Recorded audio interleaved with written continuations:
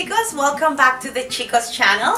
Today we have a brand new video for you. What we will be doing is making real and delicious Mexican guacamole. So guacamole is not only delicious, but it is also really healthy. It's a great source of fiber, potassium, and vitamin E, which is considered a healthy fat for your diet. So let's jump into the ingredients. Well, first we'll need 2 cloves of garlic, half tablespoon salt, 3 ripe avocados, half a tomato, a quarter of onion, fresh cilantro, 1 lime, chips, and of course, this bad boy right here. the molcajete. Alright guys, so first things first here, we're going to put the garlic cloves in the molcajete, and the idea is we'll be making a paste out of it.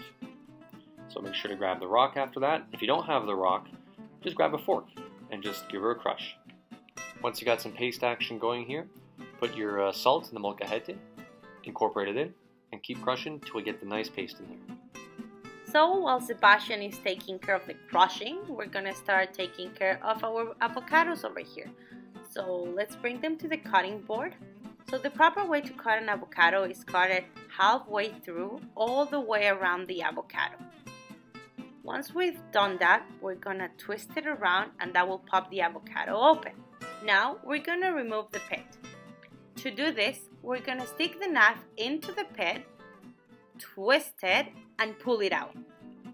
Once we've removed all the pits, we're going to slice the avocados up, down, and across, making little cubes, which will make it easier to crush the avocados later on. Now we're gonna remove the avocado flesh with a spoon and put it into the molcajete. At this point, we're going to gently start crushing our avocados. You don't want to crush them too much, as you still want some chunkiness in your guac. While Seth is doing that, I'm gonna bring my lime over here and cut it in half.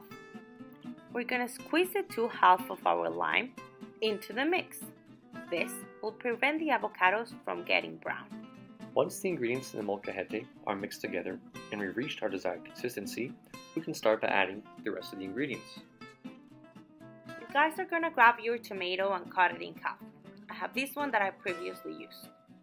We're gonna remove the seeds from the tomato with a spoon. We're gonna scoop them out. The reason why we're doing this is because we do not want our guacamole to be too liquidy. Now we're gonna dice our tomatoes into small pieces. So funny story guys, when I first met Seth, he did not like avocado, but once he tried my guac, he's like now obsessed with it. Oh, damn right it's good. So once we've cut all the tomato, we're going to incorporate it into the molcajete. We're going to mix the tomatoes in now. Be careful about mixing too much as we don't want to crush them. By now, I'm sure you guys know the drill. We're adding the next ingredient. We're going to grab our onion and cut it in half.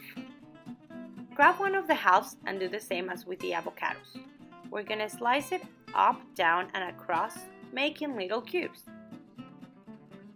Then, cut through the onion.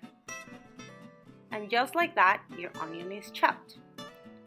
Depending on how deep you did your cuts, you might be able to cut through the onion again. Proceed by incorporating the onion in the molcajete.